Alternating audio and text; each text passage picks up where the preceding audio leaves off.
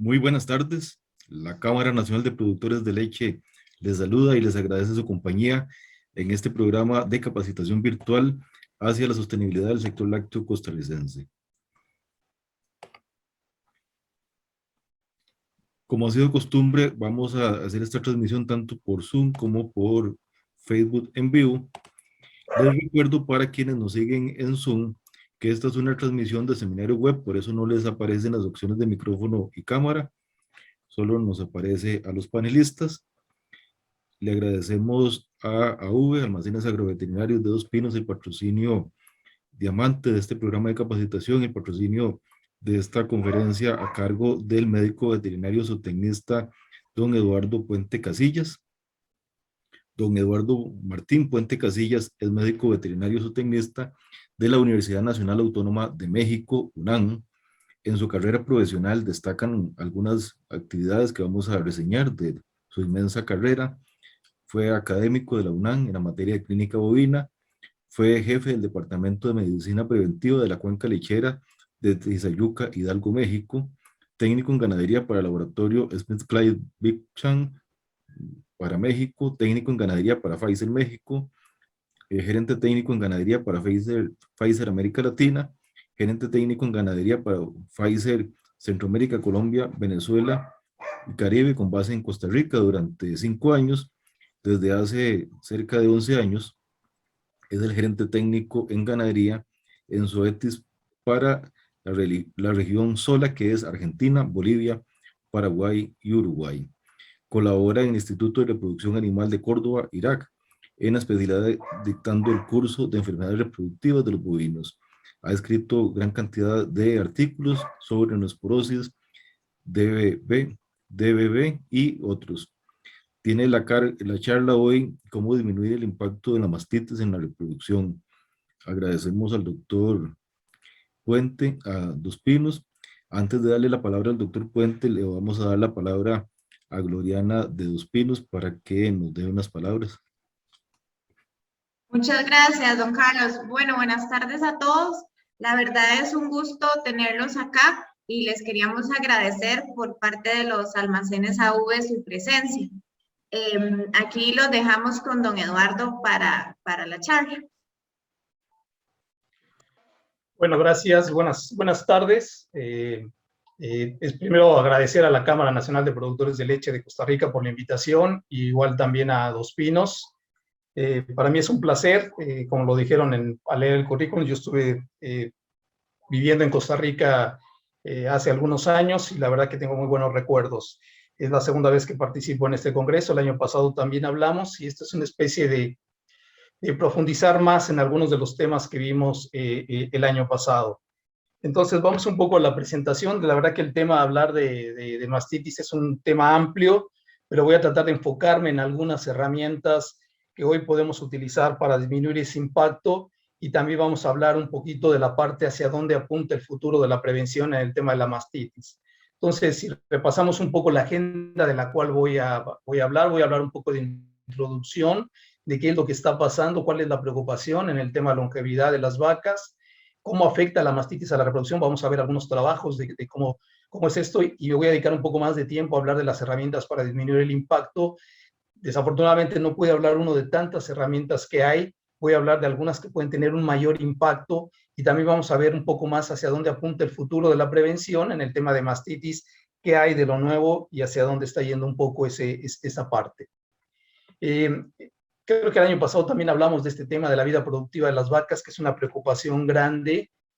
Hoy en muchos de los países, hoy tenemos la vida productiva de 2 lactancias, esa es la vida promedio de las vacas.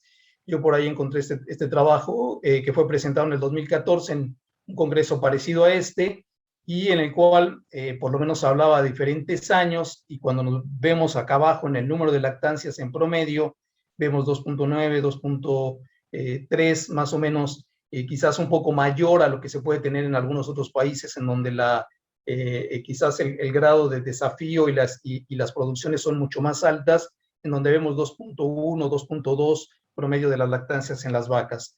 Pero bueno, eso es un poquito lo que nosotros, lo que podemos ver, y lo que podemos ver también en Costa Rica.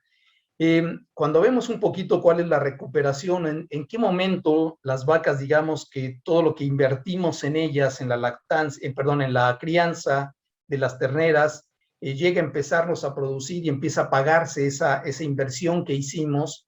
Esto ya es un trabajo ya de hace algunos años, pero podemos ver trabajos un poco más recientes y no ha cambiado mucho. Acá vemos lo que sería la primera lactancia, la segunda lactancia y la tercera lactancia. Y acá está el momento de la rentabilidad acumulada, en donde empezamos a ver que hacia el final o a mitad de la segunda lactancia empieza ya a recuperarse algo de la inversión que hicimos en la primera, digamos, en toda la crianza de esa ternera. Si vemos algunos otros trabajos, es el doctor Schoenemann presentado el año pasado, y vemos, dependiendo también del valor de esa novilla, de esa vaquillona, también va a ser en qué momento llega a cubrir esos gastos.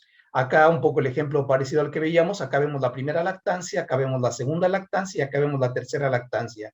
Y ese es el flujo de capital. Y lo que empezamos a ver cuando ya vuelve a ser positivo es prácticamente, si es un valor de una vaquillona de $1,380, esto lo va a empezar digamos que a recuperar hacia el final de la segunda lactancia.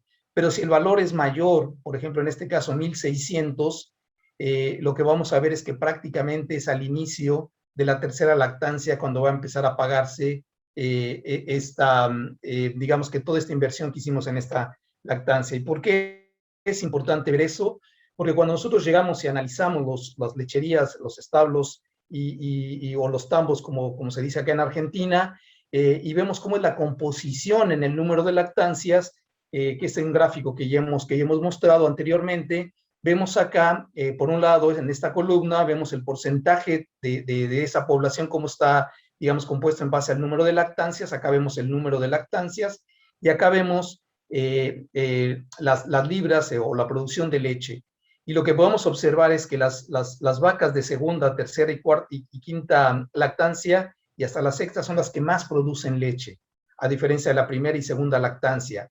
Pero cuando vemos la composición de esos rebaños, en este caso se analizaron casi 20,000 vacas, con más o menos un promedio de 1,295 vacas en ordeño, son 8 establecimientos lecheros, 8 lecherías.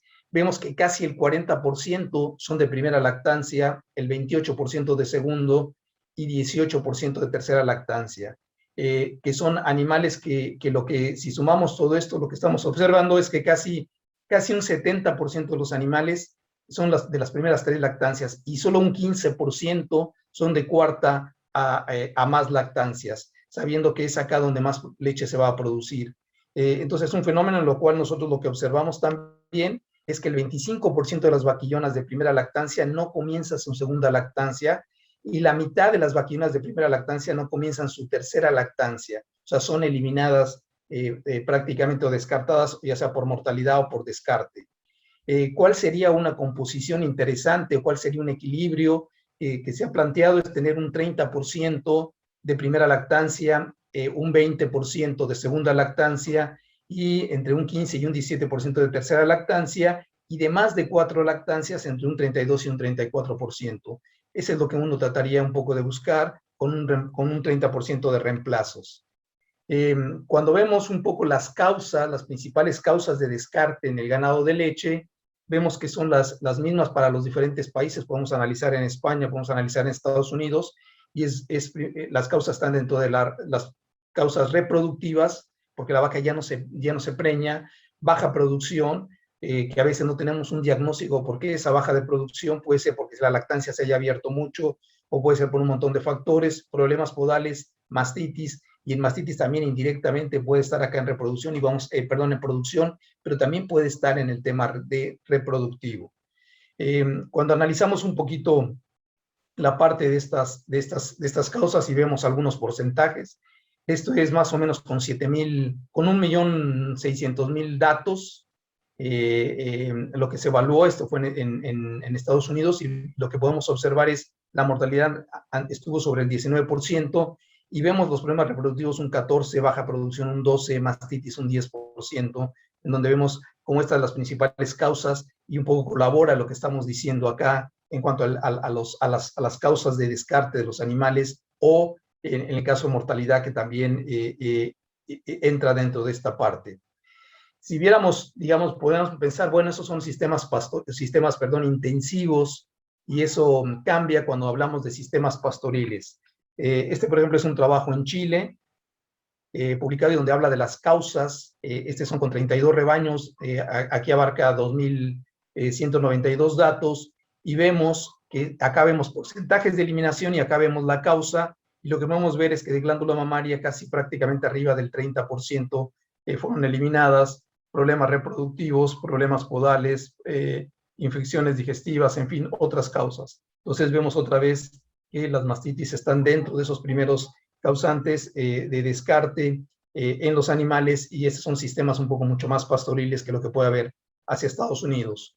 En este mismo trabajo, cuando se analiza la distribución según el número de partos de los 32 rebaños, las eliminaciones de esos animales, el porcentaje de eliminación, acá, por acá lo vemos, y por acá vemos el número de partos, y lo que estamos viendo es que un gran porcentaje de los animales que están yendo son de primera, segunda y tercera lactancia, lo que habla de que todavía no terminaron de pagarse cuando ya están siendo eliminados.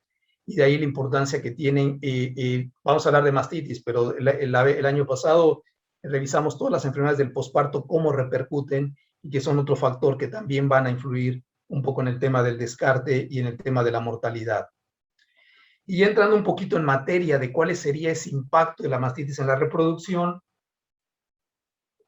este es un trabajo con Jersey, con 758 vacas Jersey, donde se evaluó un grupo control no mastitis, mastitis subclínica que deriva o da consecuencia a mastitis clínica, y mastitis clínica como tal. Entonces, esto fue lo que se evaluó. ¿Y qué se evaluaron los días? O sea, estas son los grupos de las vacas, y lo que se evaluó fue los días a primer servicio, días abiertos y servicios por concepción.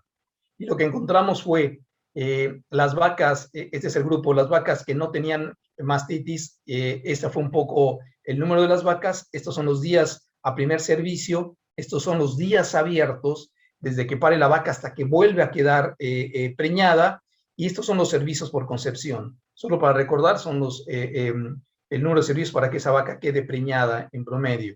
Acá vemos entonces no mastitis, vacas que tuvieron mastitis subclínica, vacas que tuvieron mastitis subclínica y progresó o terminó en clínica, en mastitis clínica, y vacas con mastitis clínica. Y lo que vamos a analizar acá, fíjense, los días abiertos, si comparamos contra las vacas que no tuvieron mastitis, fíjense, 93, el que tuvo mayor impacto fue aquellas vacas que tuvieron mastitis subclínica y posteriormente terminaron en mastitis clínica. Acá podemos ver en el caso de días a primer servicio, fíjense, 67 en las que no tuvieron mastitis, subclínica prácticamente estuvo similar, acá no hay diferencia estadística, pero sí en el caso de las vacas que tuvieron una mastitis subclínica y progresó a clínica. Días abiertos, otra vez desde que pare la vaca hasta que vuelve a quedar preñada. Fíjense, 85 en promedio de las vacas que no tuvieron mastitis, las que tuvieron mastitis subclínica 90, acá son 5 días más, y las que tuvieron mastitis clínica las que tuvieron subclínica y terminaron en clínica, fíjense cómo se vio aumentada. Y igual los servicios por concepción, 4.3 servicios por concepción y 3 servicios por concepción, comparado con 1.6 de aquellas que no tuvieron mastitis.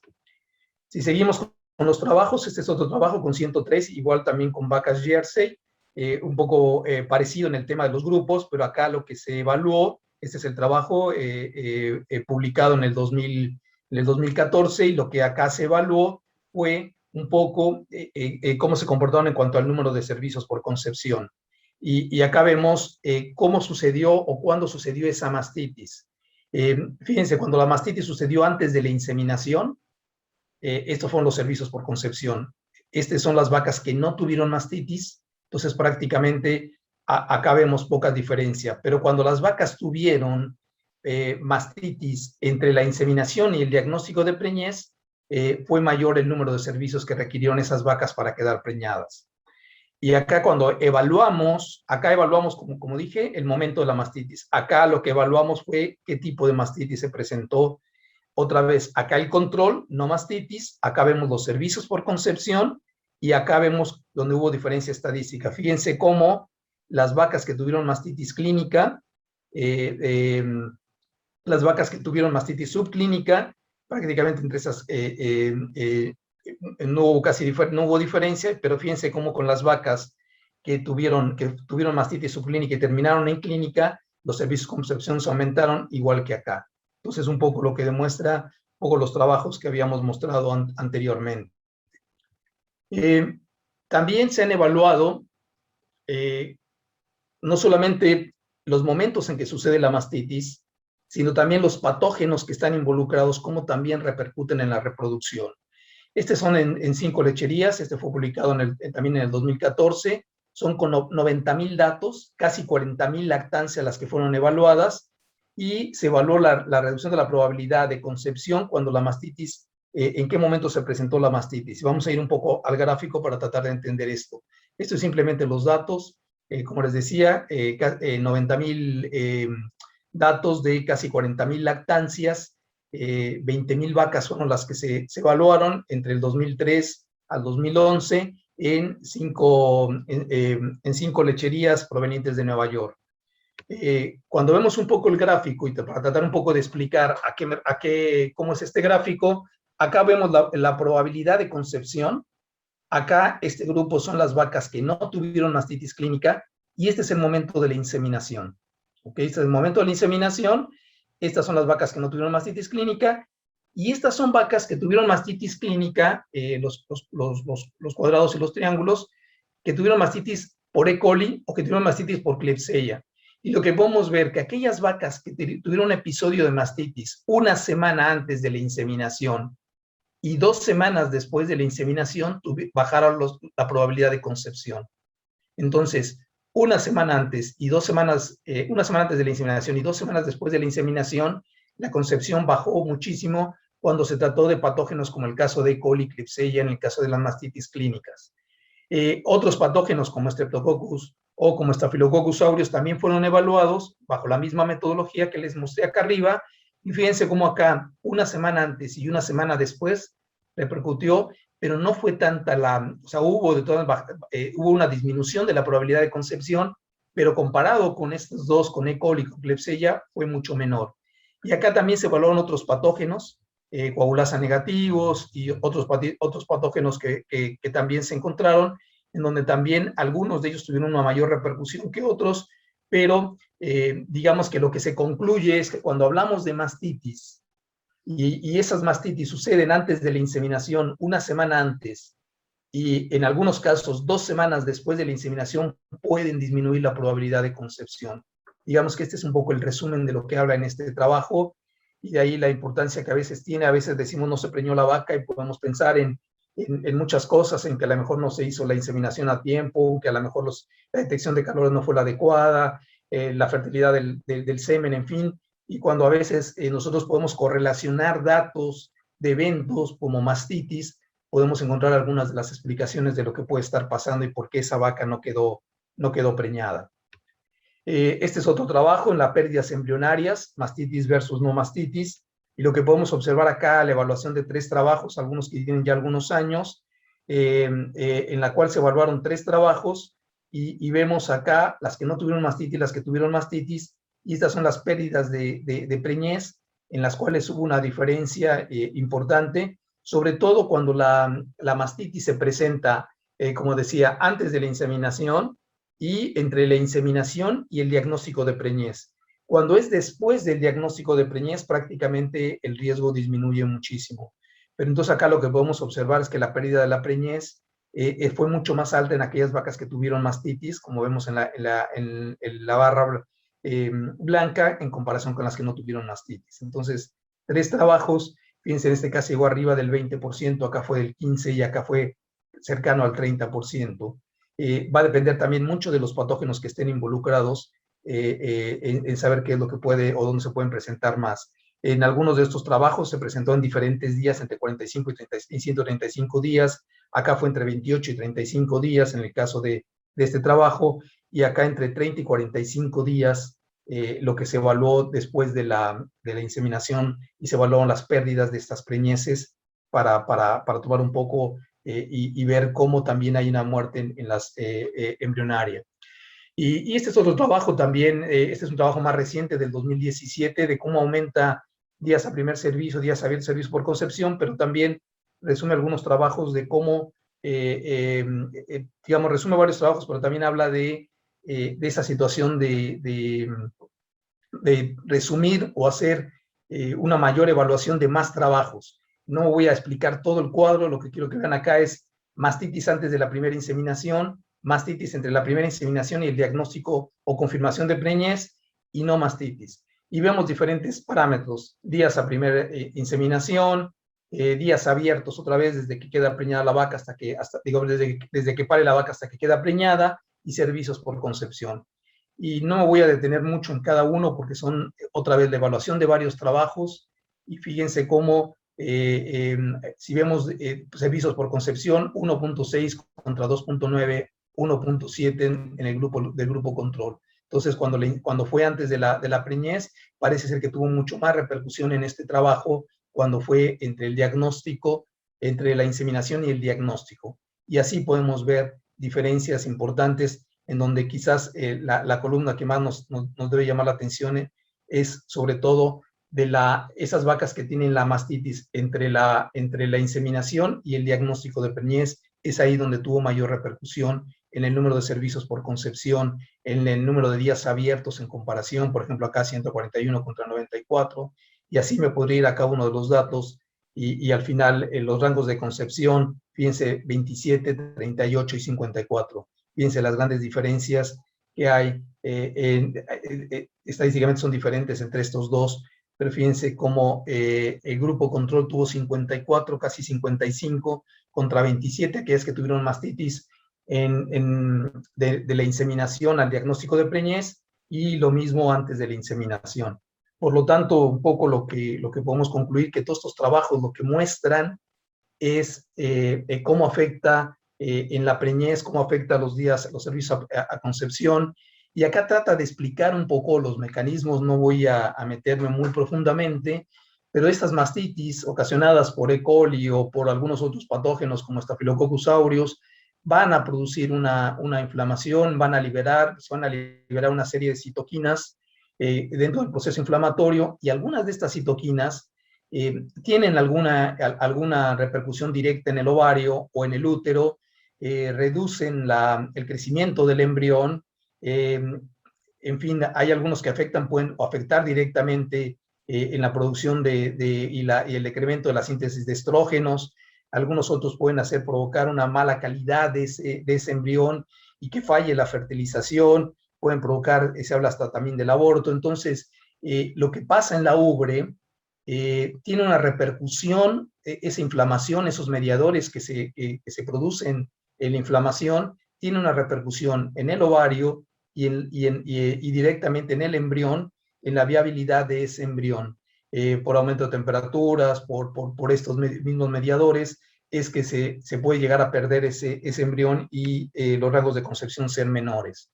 Entonces, todo esto es es un cuadro que explica cómo tienen esas repercusiones y cómo en la glándula mamaria puede afectar el tema de la preñez.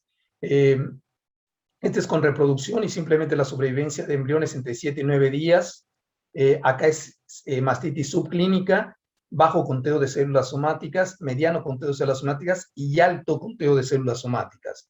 Y lo que podemos observar es que los animales que tenían, no solamente vimos trabajos de mastitis clínica, pero también la mastitis subclínica va a afectar.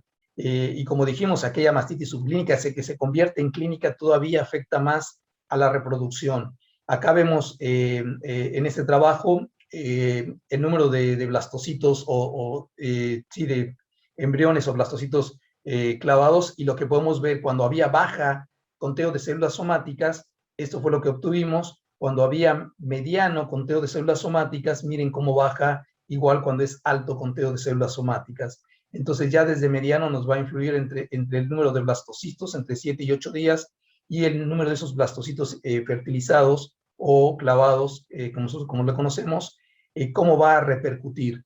No hubo repercusión en la aspiración de esos folículos, o sea, no hubo, el problema no fue ahí en la cantidad de folículos aspirados, sino ya en el tema de la fertilización, cómo disminuyó cuando las células somáticas eran medianas o eran altas. Entonces, ese es un poco lo que muestra en este trabajo. Y también en el tema de mastitis clínica y mastitis subclínica, el grado de mastitis, la probabilidad de preñez, también tiene una repercusión, dependiendo si es una mastitis crónica, una mastitis clínica, una mastitis subclínica que puede estar 3 días antes o 31 días después de la inseminación, también van a repercutir. Acá lo que podemos ver, y es creo que el último trabajo que voy a presentar para no aburrirlos, de todo lo que hay sobre cómo la mastitis puede afectar, para dedicar más tiempo ahora a qué podemos hacer y cómo podemos disminuir ese impacto. Acá lo que comparamos son vacas sanas y lo que se está comparando, lo que se evaluó fue la probabilidad de preñez.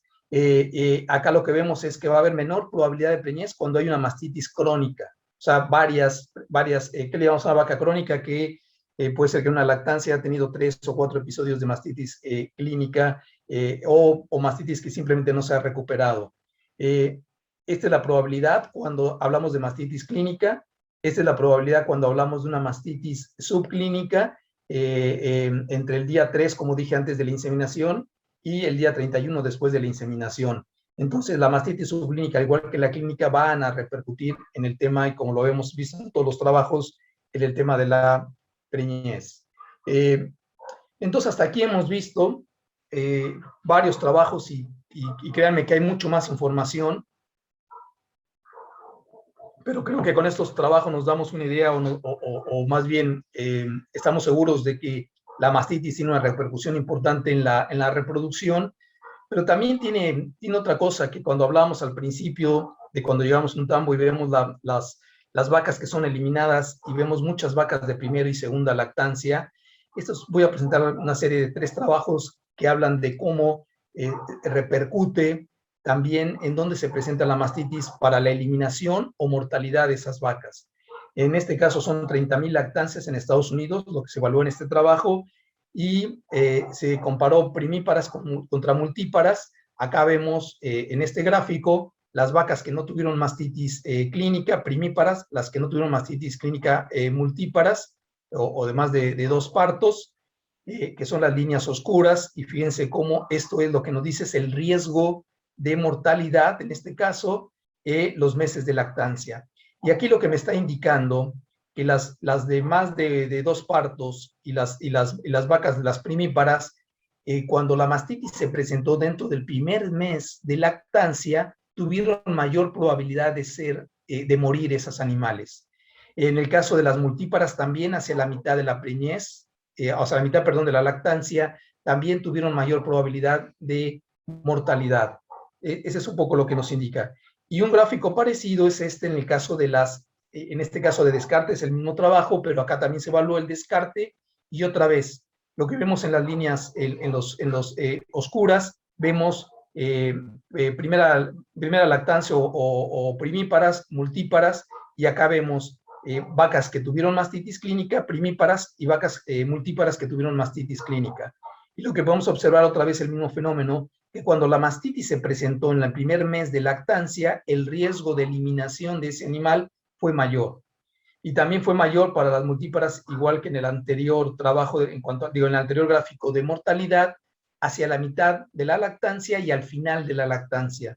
También hubo un pico en esos animales al analizar las 30,000 lactancias. ¿Qué pasó con esos animales cuando tuvieron mastitis al inicio de lactancia? ¿Qué pasó con ellas en cuanto al tema del descarte? Entonces, lo que podemos decir hasta aquí es que las vacas que tienen mastitis en el primer mes de la lactancia tienen mayor probabilidad de ser descartadas o de morir. Ese es un poco lo que nos está indicando.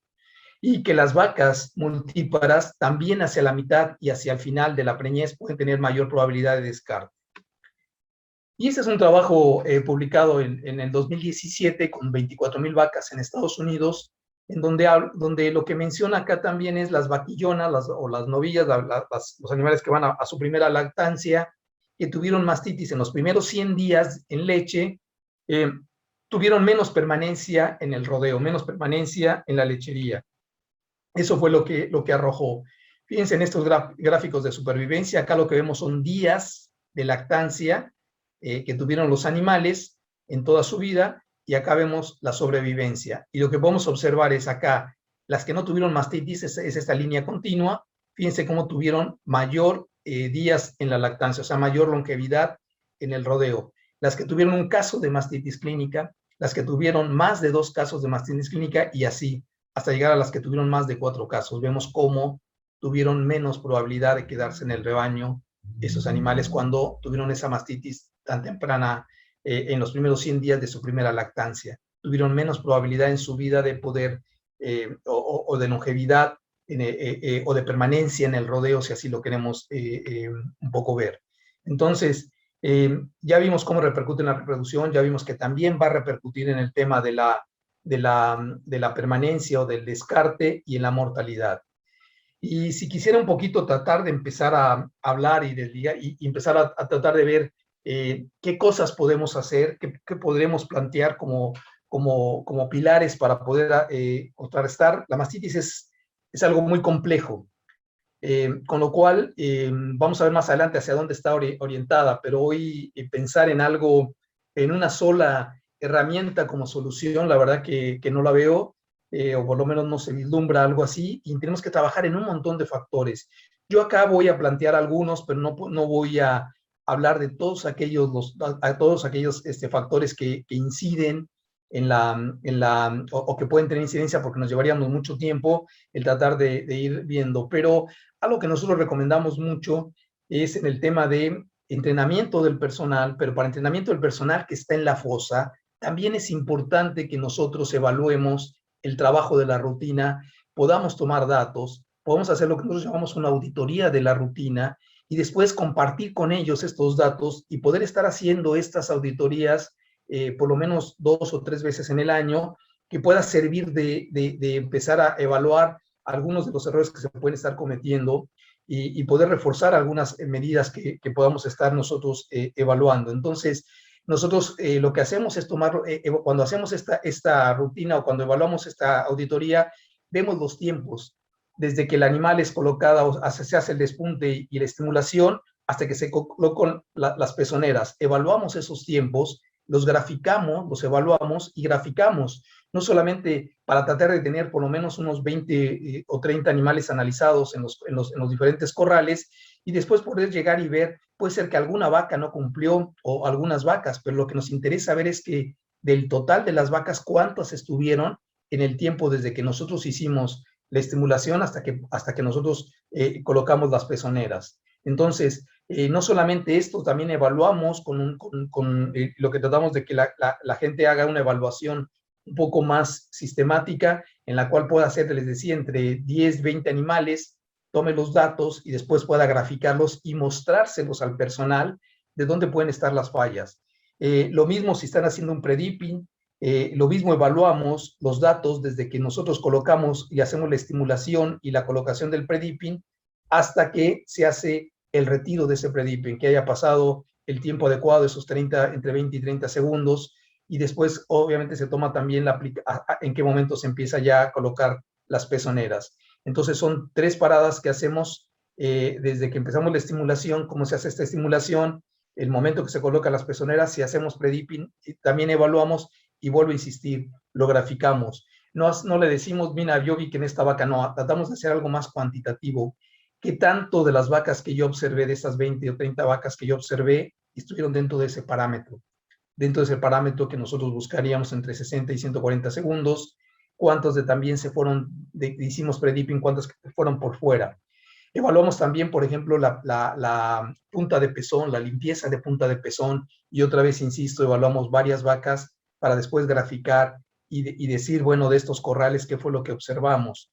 Evaluamos también lesiones de punta de pezón, a veces nos ayudamos con una lamparita si el lugar es muy oscuro, si la sala de ordeño es muy oscuro, y evaluamos las diferentes, el grado normal, lo que llamamos grado 2, grado 3 y grado 4, y evaluamos por lo menos de diferentes corrales, 15, 20 vacas, si se puede todo el ordeño sería lo ideal, pero si no, por lo menos 15, 20 vacas de cada uno de los corrales, y tratamos de graficar un poco esto, qué es lo que nosotros estaríamos buscando, menos del 20% con grado 3, menos del 5% con grado 4, y tratamos de mostrarle a los operarios qué es lo que puede estar pasando. A veces son cuestiones del manejo, a veces son cuestiones a veces de los desinfectantes, del equipo, en fin, pero nos empieza a ayudar a hacer un diagnóstico más preciso. Aparte de la lesión de punta de pezón, también vemos las lesiones en pezones como tal. Si vemos este tipo de lesiones, podemos empezar a ver si no hay algún problema en el equipo. En fin, dentro de esa rutina evaluamos toda esta parte. No voy a hablar mucho de equipo, pero es otra cosa que también nos llevaría mucho más tiempo y no soy experto en el tema de equipo de ordeño, pero sí es algo que tenemos que constantemente también hacer revisar y saber que las pulsaciones y que el equipo está funcionando adecuadamente. Otra cosa que evaluamos en esta rutina, en esta auditoría de rutina, es el sellado post-ordeñe, el cual debe ser completo, y una manera de poderlo hacer es a través de este papel, lo podemos hacer con papel, y lo que vamos a tratar de hacer es cubrir todo el pezón después de que ha sido sellado y ver que cubra. Este sería un buen sellado. Este es un sellado incompleto. Acá vemos, acá lo podemos ver o observar a simple vista, pero a veces, si queremos, a veces esta parte de acá atrás nos estorba, no lo podemos ver, y una manera de poderlo hacer para hacer una buena evaluación es a través de esto. Entonces, insisto, estas rutinas, lo que nos van a servir, esta auditoría de rutina, lo que nos sirve es para después sentarnos con el personal. A veces tomamos fotografías, hacemos videos y después hablamos con ellos para tratar de hacer una retroalimentación de dónde pueden estar fallando las cosas. Y esto es algo que tratamos, insisto, de hacer por lo menos 2 veces en el año con el personal, y tratando de saber dónde puede estar la situación de los posibles causas o problemas que tenemos en la rutina. Pero algo de lo que a lo mejor me voy a llevar un poco más de tiempo es hablar del secado. ¿Y por qué hablar del secado? Mucha gente puede pensar que el secado es el término de la lactancia, pero en realidad es el principio de la nueva lactancia. Cuando vemos los factores de incidencias de mayores incidencias en la lactancia de mastitis, lo que podemos ver es que en el periodo seco, al inicio del secado, vamos a tener este gráfico que quizás han visto en muchas veces, una situación de mayor probabilidad o tasa de infecciones, de nuevas infecciones de mastitis, y hacia el final del secado. Y obviamente después de la aparición, en los primeros 100 días prácticamente es donde vamos a tener esas mayores probabilidades de mastitis. Otra vez acá volvemos a repetir el mismo gráfico de acá durante el secado. Entonces quiero detenerme un poco en el secado. Para mí, si yo tuviera que enfocar, más allá de lo que hemos hablado, de evaluar la rutina, evaluar el equipo de ordeño, no me voy a meter con instalaciones porque es otro tema también importante y que también hay que analizar en el tema de instalaciones. ¿A dónde van nuestras vacas? Entonces, ¿dónde van a descansar? ¿Dónde están en el tema de si tenemos un encierre? ¿Dónde están los animales, las camas que tenemos nosotros en esos encierres? Pero cuando hablamos un poco del secado, y van a ver por qué la importancia de ese secado, quizás en algunos momentos nos dijeron que el secado era para tratar de que la vaca pariera sin mastitis, pero el secado vamos a ver que tiene una repercusión más allá de la parte del parto, sino que puede ser hasta los primeros 100 días de la lactancia. Y cuando vemos un poco del secado, las fases, y dividimos en 3 fases ese secado, como veíamos, este es el gráfico que lo que nos indica es mayor incidencia de mastitis al inicio después del secado, después disminuye y después vuelve a aumentar cercano al parto. Y vamos a tratar de entender por qué estas 3 fases. Al principio, en la fase que llamamos involución activa, hay una gran cantidad de células de defensa, de leucocitos, que están activos y están fagocitando bacterias, pero también como hay mucha leche, como esa vaca se seca, dejamos de ordeñar esa vaca, también va a haber grasas y van a haber otros componentes que también a los leucocitos, a las células de defensa, van a estar fagocitando, no solamente bacterias, sino también grasa y otros componentes de la leche, que van a hacer que se distraigan, y por eso es que también la incidencia que es alta, más allá de que haya una gran cantidad de células de defensa. Otra cosa que va a repercutir, y por qué al inicio, es porque no hay una rutina de ordeño, por lo tanto, la vaca no entra todos los días o 2 veces por lo menos a la sala de ordeño, no se desinfecta, no tiene esa situación, y por lo tanto de ahí muchas de las bacterias pueden penetrar en esos primeros días. Sobre todo esos primeros 10, 15 días del secado es donde mayor probabilidad tienen de entrada de bacterias que después van a repercutir más adelante. Después vemos que también se retrasa la formación del tapón de queratina. Este tapón, que lo que nosotros observamos en este tapón es que es un tapón que lo que va a evitar es un poco que por ahí entren bacterias, y lo que se ha visto, dependiendo las vacas, la producción de las vacas, estos son los porcentajes de pezones abiertos, y estas son semanas después de periodo seco.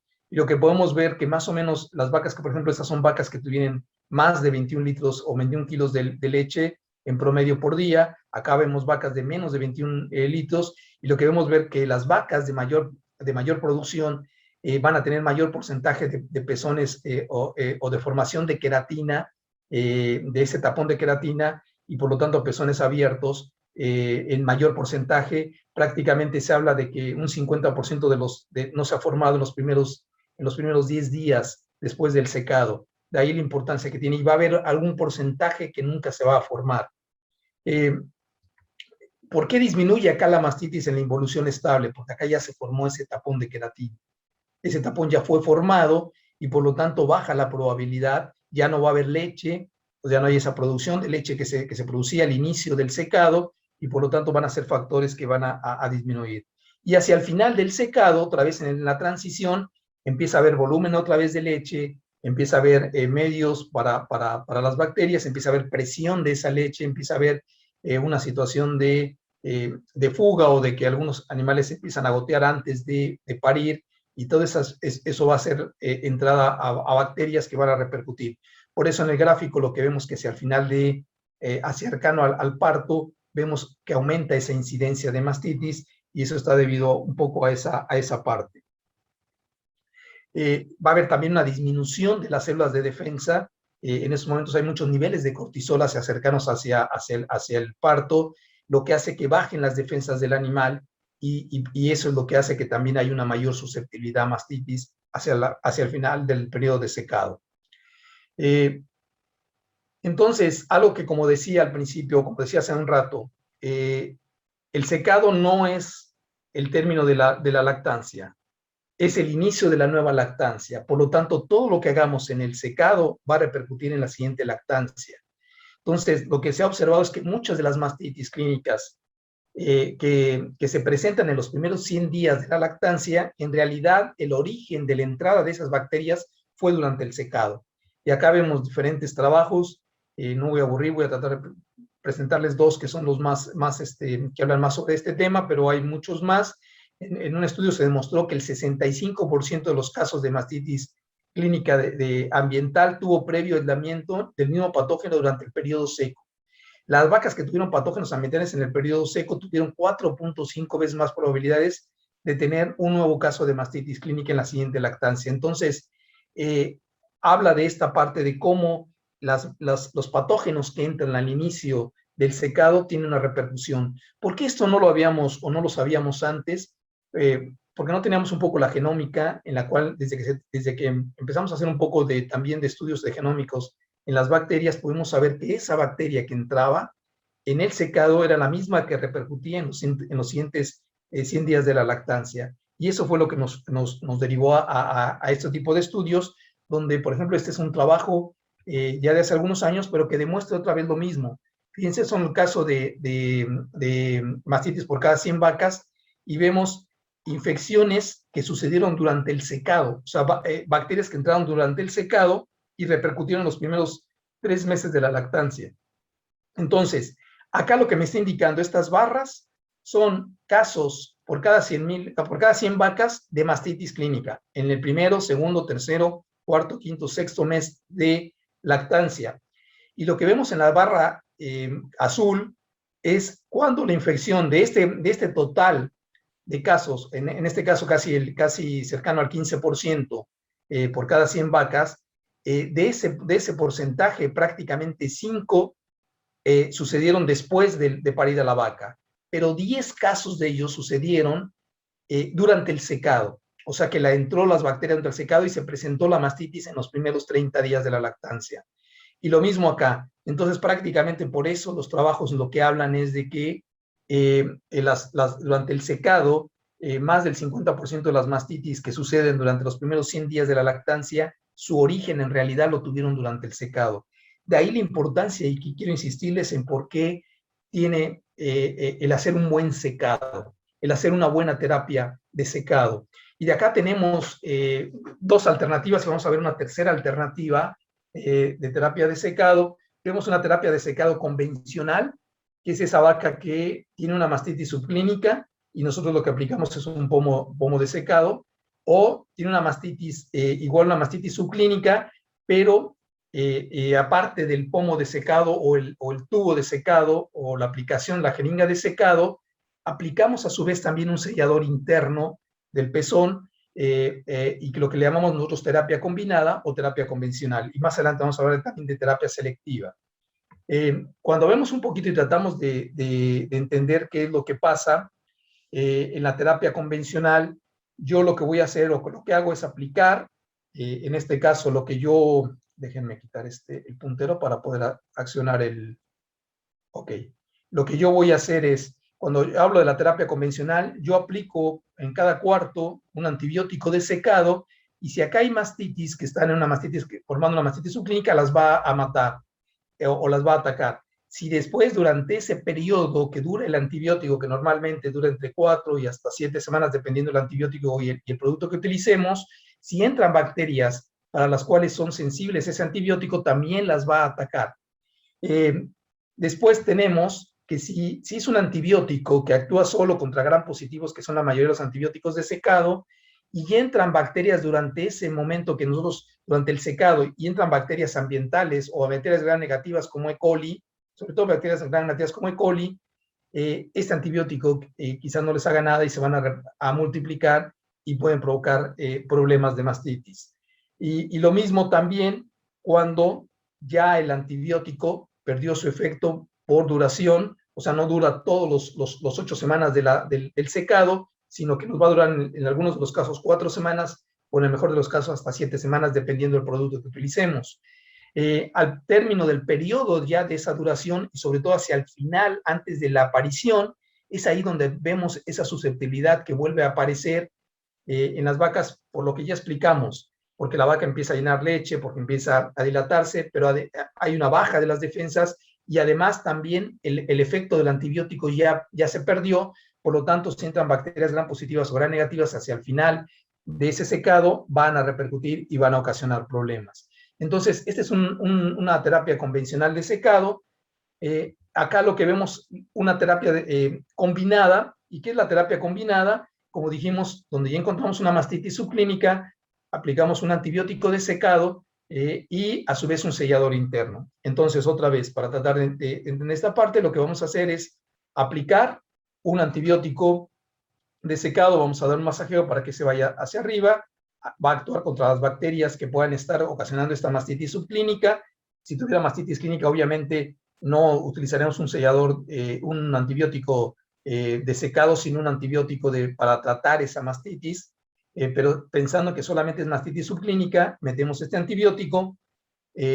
Posteriormente hacemos una perfecta desinfección, igual que cuando aplicamos el antibiótico, volvemos a desinfectar y aplicamos el sellador. Pero ese sellador solamente lo que vamos a hacer es que, acá volví a repetir la animación, ok. Acá lo que vamos a hacer es aplicar, después de aplicar el antibiótico, es aplicar el sellador interno, el cual solamente va a quedar en este pezón, en lo que es el canal del pezón, y si entran bacterias gram positivas o negativas, no las va a evitar. Y una vez que se perdió el efecto del antibiótico, de todas maneras va a estar acá protegiéndose. Hay selladores internos que han demostrado, la mayoría de los productos hablan de 100 días, pero hay selladores internos que han demostrado hasta 150 días en trabajos publicados en el 2016, 2015 en Australia, que han demostrado hasta 150 días de permanencia de este sellador en el pezón. Por lo tanto, si nosotros secamos una vaca por baja producción y le faltan 3 o 4 meses o 5 meses y estamos preocupados que si le ponemos un sellador va a retenerlo ahí, por lo menos hay algunos selladores que han demostrado que hasta 150 días, y estos estudios se hacen con radiografías y se van evaluando diferentes momentos después de que se aplicó el sellador para ver que este permanezca en el lugar durante todo este tiempo. Entonces, este es un poquito lo que nosotros observamos con estos animales. Entonces, hasta aquí hemos visto comparando o diferenciando lo que es la terapia convencional solo antibiótico contra la terapia antibiótico más un sellador interno.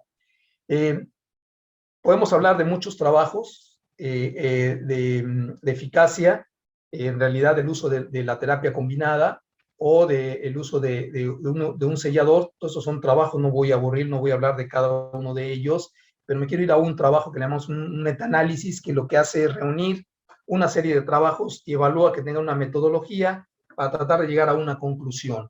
Y acá lo que se evaluó fue que cuando se usa un sellador interno, ya sea solo, como vamos a ver en la siguiente slide, o en combinación con antibiótico, en comparación contra una terapia convencional, o sea, solo con antibiótico, hay una reducción de casi del 30% de mastitis clínica en los primeros 100 días. Esto es en promedio. Si viéramos cada uno de estos trabajos, hay algunos que hay una disminución hasta del 60 o del 70%, pero en promedio, evaluando acá en este metaanálisis casi 16 estudios, no casi 16 estudios, llegaron a esta conclusión, en el cual hay una disminución del 29% cuando se usa un sellador solo o en presencia de antibiótico en comparación con una terapia convencional que sería solamente un antibiótico de secado. Por lo tanto, de aquí la importancia que tienen el uso de un sellador interno que nos pueda asegurar de que no van a entrar bacterias durante todo ese periodo seco. O sea, digamos que en pocas palabras va a formar ese tapón o un tapón artificial. Ese tapón, como vimos, tarda en formarse y algunos animales no lo llegan a formar. Y también hoy se está hablando obviamente cuidando todo el tema de los antibióticos y del uso racional de los antibióticos. Hablamos de la terapia de secado o terapia de secado selectivo. ¿Y qué es esa terapia selectiva? Es, primero, si yo tengo vacas sanas, no tengo mastitis subclínica al momento del secado y otra serie de condiciones que vamos a ver acá, yo puedo solamente usar un sellador interno, el cual no es un antibiótico. El sellador interno es simplemente una barrera física, subnitrato de bismuto es lo que normalmente contiene, y forma una barrera que evita, o forma como si fuera un tapón, evita que entren las bacterias. Solamente queda, como acá lo vemos en el pezón, una vez que pare la vaca, el ternero lo mama, no le causa nada al ternero, o cuando nosotros ordeñamos esa vaca se elimina, en los primeros ordeños va a estar eliminándose ese sellador, es inerte, no ocasiona nada, tanto para el humano como para el tema de los terneros. Entonces, una alternativa también es el secado selectivo, sobre todo cuando tratamos de cuidar un poco el tema de los antibióticos. Lo que pasa que también tenemos que tener ciertas consideraciones que tendrían que tener o los tambos o las vacas. Primero, que en el tambo o en la lechería, en el establo, tengamos en promedio menos de 250,000 células somáticas. Que haya un conteo de células somáticas individuales, porque ahorita vamos a ver un árbol de decisiones de qué vacas pueden llevar un secado selectivo y qué vacas necesitamos hacer una terapia combinada.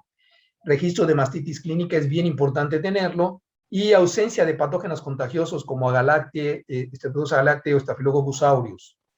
Dentro de ese árbol de decisiones, estos son trabajos que se han hecho, por ejemplo, en España, casi 756 vacas en total, y lo que se llevó a cabo es, en las vacas, primera condición, y habiendo un árbol de decisiones, es mastitis clínica, que no hayan tenido mastitis clínica en 90 días antes del secado. Si tuvo mastitis clínica, directamente en los últimos 90 días va a una terapia combinada, o sea, un antibiótico más un sellador interno. Si no tuvo mastitis en los primeros 90 días antes del secado, pero el recuento de células individuales en los últimos 3 conteos antes del secado es mayor a 200,000 células somáticas, otra vez va a una terapia combinada, o sea, un antibiótico más un sellador interno. Pero si ese recuento fue menor a 200,000, va a un sellador interno, o un sellador interno de pezón exclusivamente, y no se va a colocar un antibiótico. Eso es lo que llamamos la terapia selectiva o el secado selectivo, lo cual en algunos trabajos como en en España que les hablaba, 756 vacas, de las cuales bajo estas condiciones, bajo este árbol de decisiones, solamente hubo una reducción de la utilización de antibióticos en un 57%, o sea que de las 756 vacas, 429 aplicaron para ir a una terapia solo o una terapia selectiva, solo el sellador interno. Entonces, y cuando se evaluó fueron en 6 regiones en España, se evaluó cómo había sido el resultado en los primeros días de la lactancia en cuanto a mastitis clínica. No hubo diferencia en la terapia selectiva que en la terapia combinada cuando se hizo bajo estas condiciones.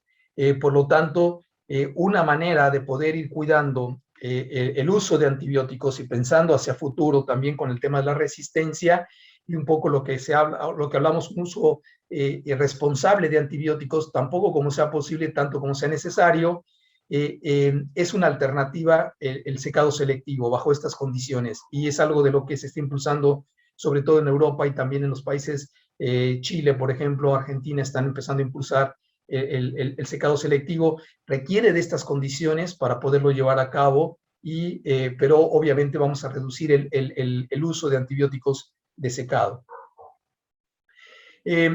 ¿Cómo evalúo yo si en realidad la mastitis, el secado está siendo adecuado o no está siendo adecuado?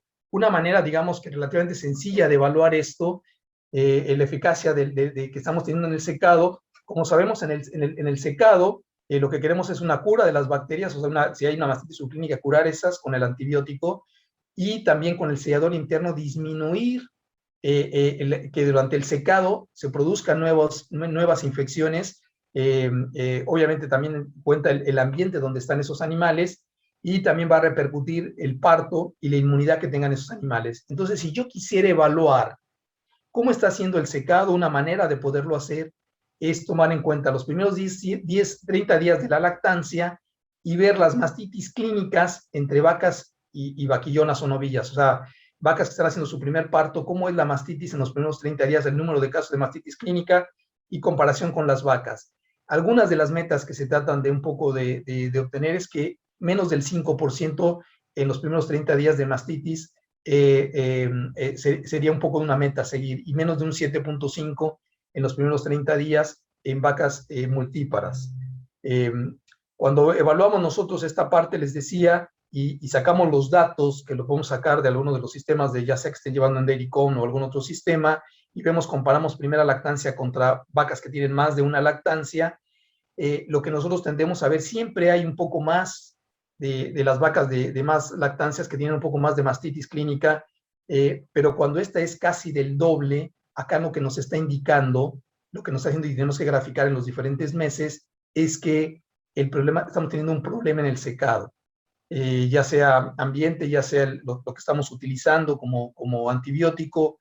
Es una manera, digamos, que relativamente sencilla de evaluar cómo está haciendo mi secado. Entonces, evaluar los primeros 30 días las mastitis clínicas y comparar primer parto contra vacas de más de un parto.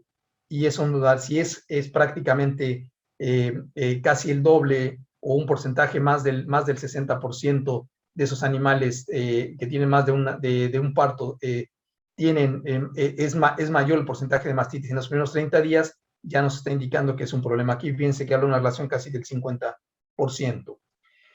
Un poco para ir terminando, ¿hacia dónde apunta el futuro? Y un poco de que habíamos hablado la otra ocasión, hoy algo de lo que se habla es de la selección genómica, y yo lo que quiero presentar es un trabajo más actualizado de lo que presentamos el año pasado. Este es del 2020, el año pasado solamente hablábamos de una primera lactancia. La selección genómica lo que nos está hablando es a través del uso y de la genómica, y yo puedo también no solamente evaluar características de rasgos de producción, como producción de leche, grasa, fertilidad, un montón de cosas, sino también caracteres de salud. Y dentro de esos caracteres de salud, la vez pasada hablábamos de metritis, de retención de placenta, de problemas podales, pero concretamente también y de mastitis. Y yéndonos a mastitis, hoy en día ya es una situación de lo que la genómica, podemos evaluar la genómica y después lo que nos dice la genómica. En este trabajo se evaluó después qué pasaba en realidad. ¿Qué me dijo la genómica? Yo muestré a los animales antes de parir y después muestré a los animales después del parto y vi cómo se comportaban en diferentes enfermedades. Pero en concreto, para hablar de mastitis, se evaluaron no solamente la primera lactancia, sino se siguieron por 3 lactancias para ver lo que me había dicho la genómica y cómo se comportaron. Y acá lo que hacemos es dividir por cuartiles. El mejor cuartil y el peor cuartil. Y acá lo que vemos es primera lactancia, segunda lactancia, tercera y cuarta lactancia. Estos dos son cuartiles. De abajo es ¿qué me dijo mi mejor 25%? En genómica, lo que me dijo en el rasgo de mastitis, lo que me dijo que era mejor, cómo se comportó en realidad en comparación con aquellos que me dijo que era el peor grupo genómicamente ya en la realidad. Y lo que podemos observar es que hay una diferencia Importante, fíjense, en la primera lactancia, fíjense cómo va conforme van aumentando las lactancias, aumenta la incidencia de mastitis, pero siempre hay una gran diferencia entre lo que me dijo la genómica, el peor grupo, con el mejor grupo. Y vemos acá también. Entonces, lo que me está diciendo acá la genómica, lo que me dijo la genómica, en realidad se correlacionó con lo que pasó en la incidencia de mastitis. Y si vemos otros parámetros, porque mastitis, como vimos, repercute en la eliminación, repercute en la mortalidad, cuando vemos producción de leche y vemos el mejor cuartil, vemos 32,000 kilos de leche, comparado con el peor cuartil que dio 24,000 litros, casi 8,000 litros de diferencia. Si evaluamos, por ejemplo, no sé, vida productiva de los animales, fíjense cómo el peor cuartil que me dijo la genómica tuvo 2.3 lactancias en la vida productiva de ese animal, mientras que aquel del mejor grupo tuvo casi 3 lactancias, casi una diferencia cercana casi a una lactancia de diferencia. Lo mismo meses en producción de leche. Fíjense, el mejor cuartil, 29, el peor cuartil, 22. Y vemos en mortalidad también, el peor cuartil, 21% porcentaje de mortalidad comparado con el mejor cuartil que tuvo 12.8. Entonces, hoy en día la genómica también es una manera de seleccionar no solamente caracteres de productividad, sino también de rasgos de salud. Este trabajo que les acabo de mostrar es publicado en el 2020 en Estados Unidos, pero también hay datos de Europa y de América. Por ejemplo, este es en Italia, en la situación también de mastitis, y acá solamente es una lactancia. Acá vemos el peor grupo, el peor cuartil y el mejor cuartil. Y vemos una diferencia en lo que me dijo la genómica lo que me está diciendo, este es el mejor cuartil, cómo se comportó en realidad cuando yo evalué la mastitis en esos animales. Entonces, fíjense cómo hubo una diferencia importante. Lo mismo en Europa, esa diferencia 49 contra 35. En Brasil, casi con 1.500 vacas, 54 contra 22. Por lo tanto, es hoy una realidad. La genómica, lo que también me va a ayudar a seleccionar vacas que sean más resistentes o menos propensas a mastitis. Y hay otras, sigue habiendo mucho camino en este tema. También se está trabajando en investigación con inmunomoduladores. Hay algunos trabajos como este, por ejemplo, que este es publicado en un trabajo en Israel con un inmunomodulador que está siendo registrado en Israel y que todavía está en una fase también todavía de registro, el cual digamos que es natural y lo que va a tratar de disminuir el uso de antibióticos. Perdón, acá se me quedó encimado este trabajo, pero simplemente también es otro trabajo que habla de inmunomoduladores, los cuales habla de como un futuro. Hoy todavía está siendo apenas evaluados estos trabajos. Todavía hoy, por ejemplo, este producto todavía solamente está siendo registrado en este momento en Israel. Todavía no ha dado la aprobación. Obviamente Israel no ha terminado de aprobarlo. Está muy avanzado. Y obviamente en Estados Unidos ni la Comunidad Europea todavía lo han aprobado, pero creo que creo que muchas de las herramientas que se están trabajando, como también mejorando las vacunas y todas estas cosas, los inmunomoduladores, la genómica y todo lo que hemos hablado, tiende a tratar de disminuir el uso de antibióticos y el tratar de buscar una mejor situación en estos animales. Y para ir terminando un poco los puntos de reflexión, tendríamos que hacer un poco, preguntarnos esas vacas que estamos descartando en este momento, las estamos descartando por baja producción, por reproducción, qué problemas tuvieron de mastitis, ir hacia atrás y saber si tuvieron eventos de mastitis, cuándo sucedieron los eventos de mastitis, y vamos a encontrar que no solamente con mastitis, sino también otras enfermedades del posparto, vamos a encontrar una relación de esas vacas que tienen mastitis o que tienen enfermedades del posparto, tienen más probabilidades de ser descartadas.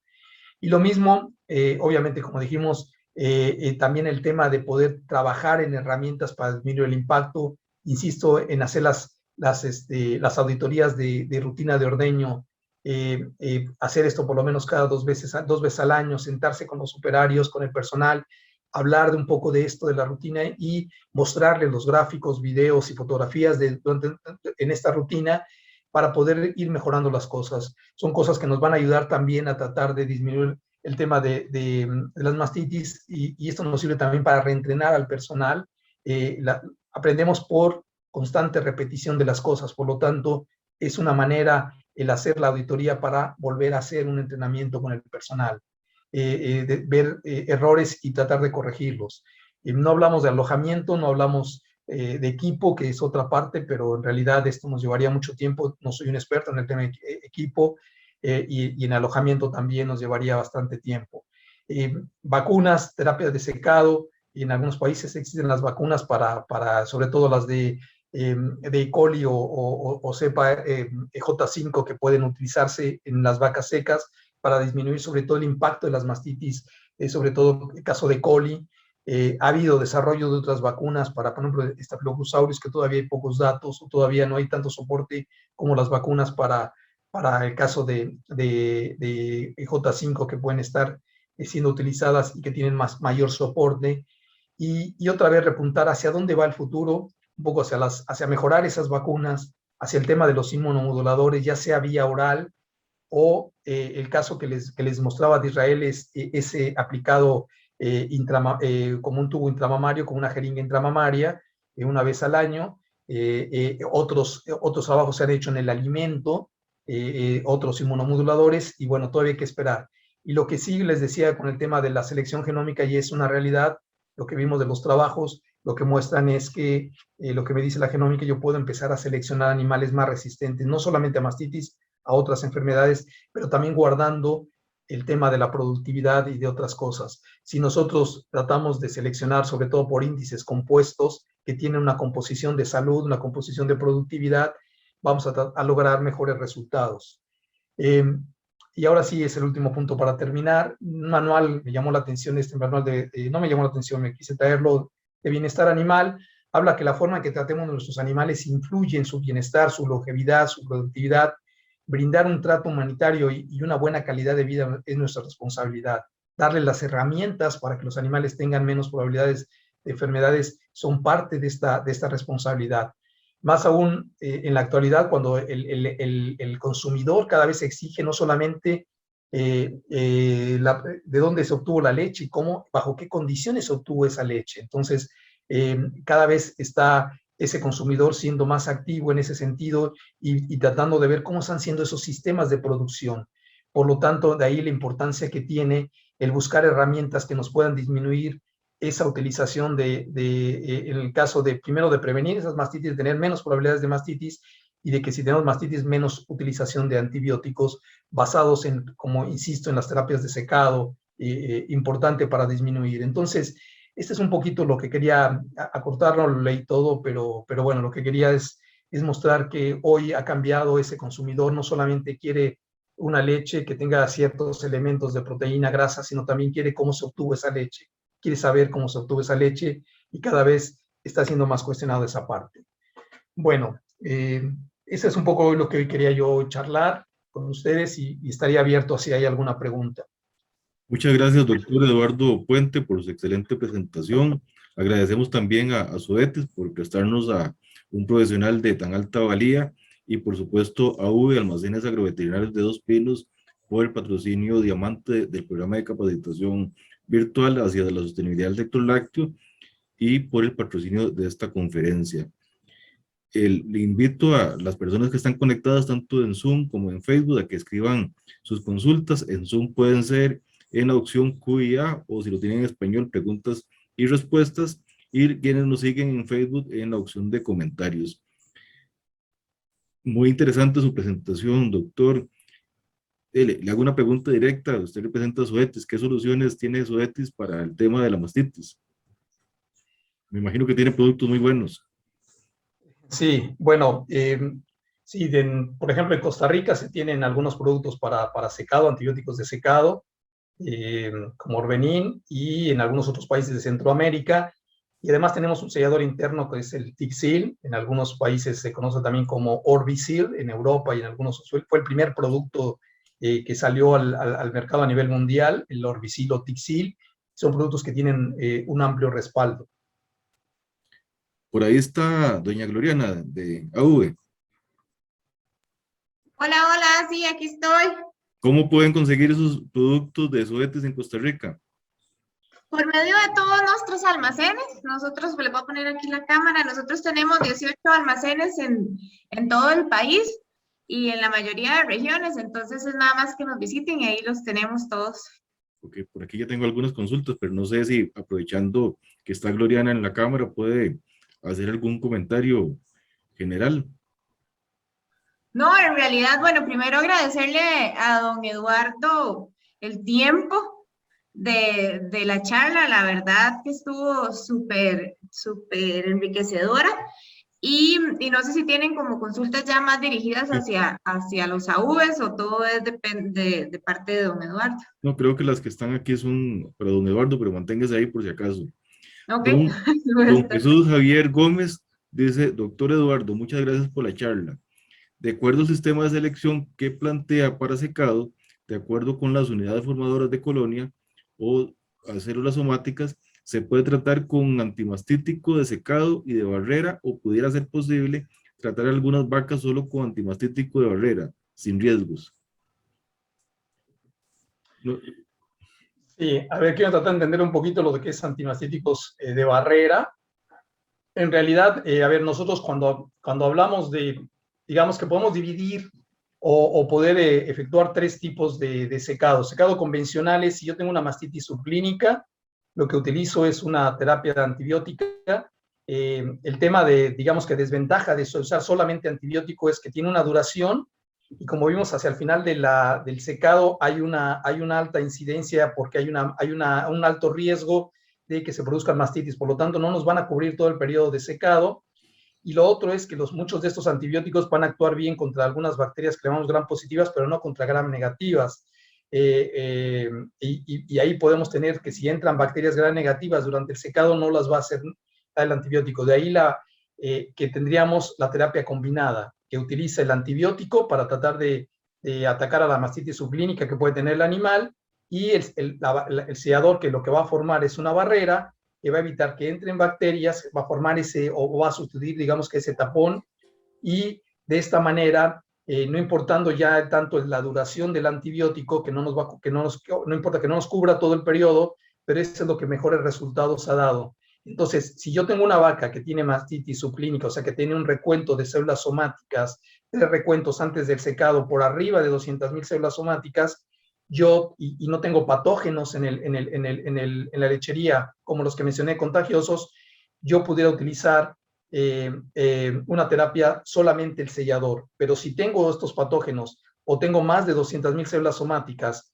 en los últimos 3 conteos, o he tenido mastitis clínica en los últimos 90 días antes del secado, yo debería utilizar una terapia de secado que incluya un antibiótico y posteriormente un sellador interno. Espero haber contestado, y si no, si quiere la persona volver a preguntar, con mucho gusto, aclaramos. sí, claro. El doctor Harold Fallas dice que lo felicita por su excelente presentación, doctor Puente. Gracias. El doctor Juan Arias Castro, gracias por la presentación. ¿Cuál es la cita del artículo del doctor Fedensen et al. 2020?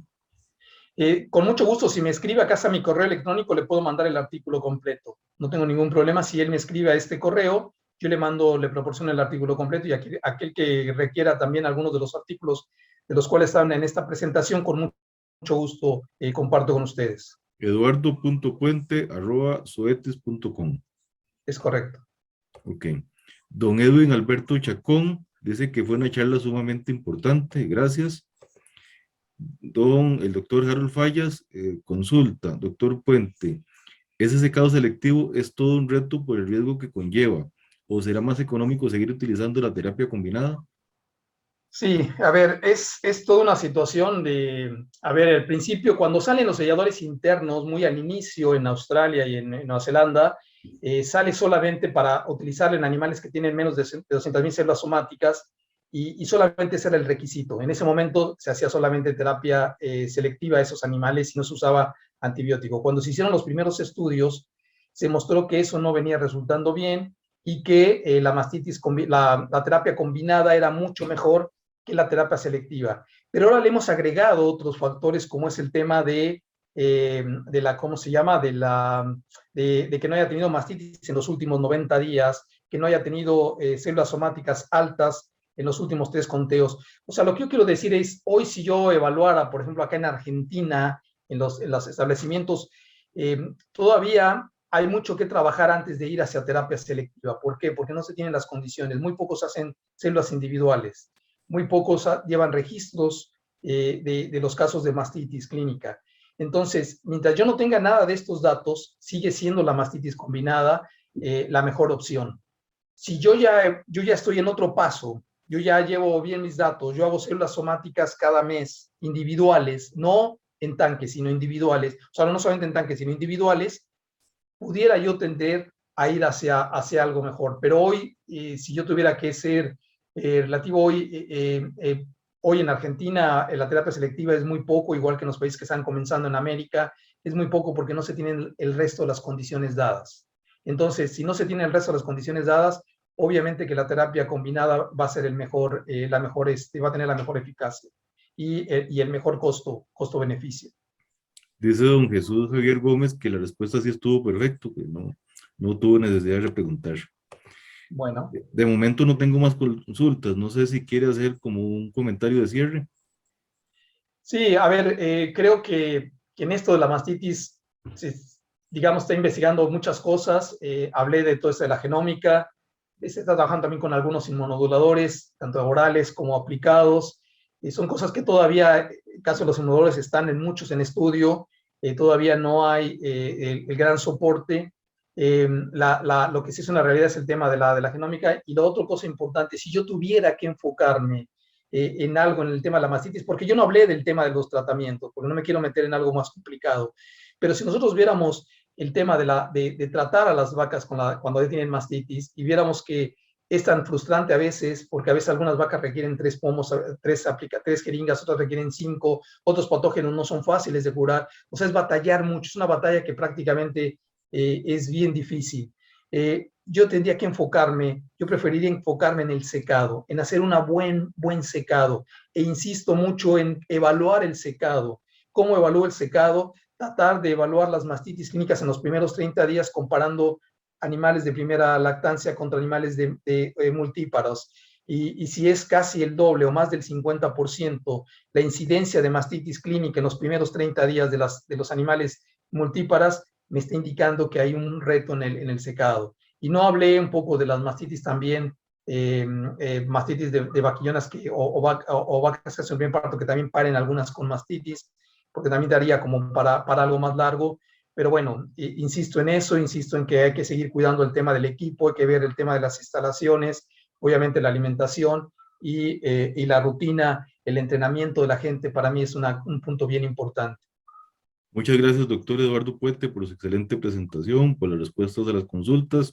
Muchas gracias a UV, Almacenes Agroveterinarios de Dos Pinos, por traernos un profesional de tan alta valía, por el patrocinio del evento. Muchas gracias a quienes nos siguieron en Zoom, a quienes nos siguieron en Facebook. Por aquí hay otro comentario, vamos a ver. Sí, el doctor Harold Fallas, que muchas gracias. Bueno, saludos para todos los que nos han seguido. Muy buenas tardes. Muchas gracias. Gracias a ustedes. Buenas tardes. Buenas tardes.